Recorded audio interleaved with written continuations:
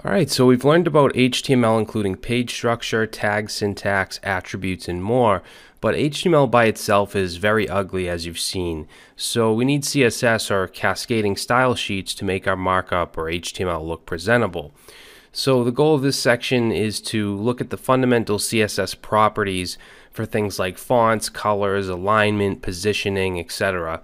Now this section after this will be creating an actual website project, but I didn't want to jump right into that, right into a full project, because I want you guys to really understand what's going on and understand what these properties are doing rather than just jump into a website project and have you copy the code and just follow along. If you're really comfortable with basic CSS, feel free to skip around.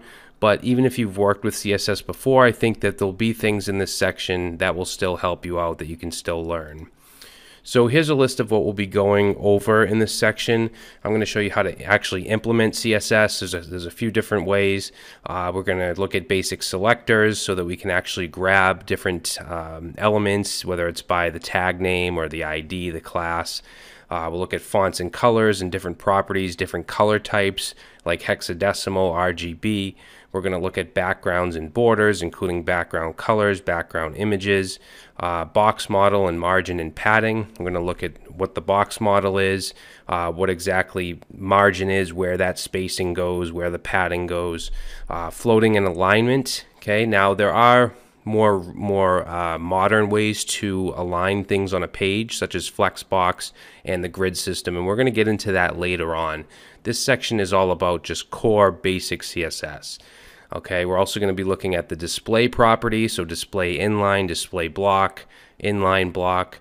We'll look at styling links and buttons, creating menus such as a horizontal navigation menu as well as a vertical menu, positioning, so relative positioning, absolute, fixed, and so on, form styling, and then we're also going to be using the Google Chrome Dev Tools quite a bit to look at the HTML and CSS as well as like the computed CSS and stuff like that.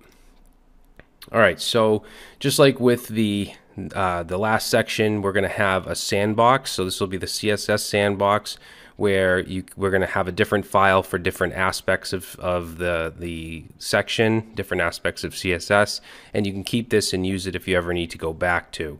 And these files will be included in the lecture downloads.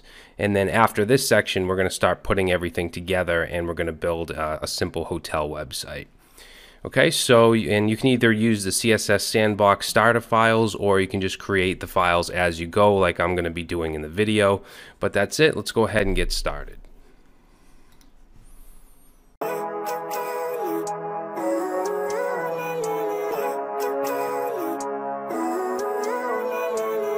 Living life every day, late at night, not okay. All I want, and I pray, all I need are some better days. Fuck me, I'm looking in the mirror, so foggy, but I've never seen clearer.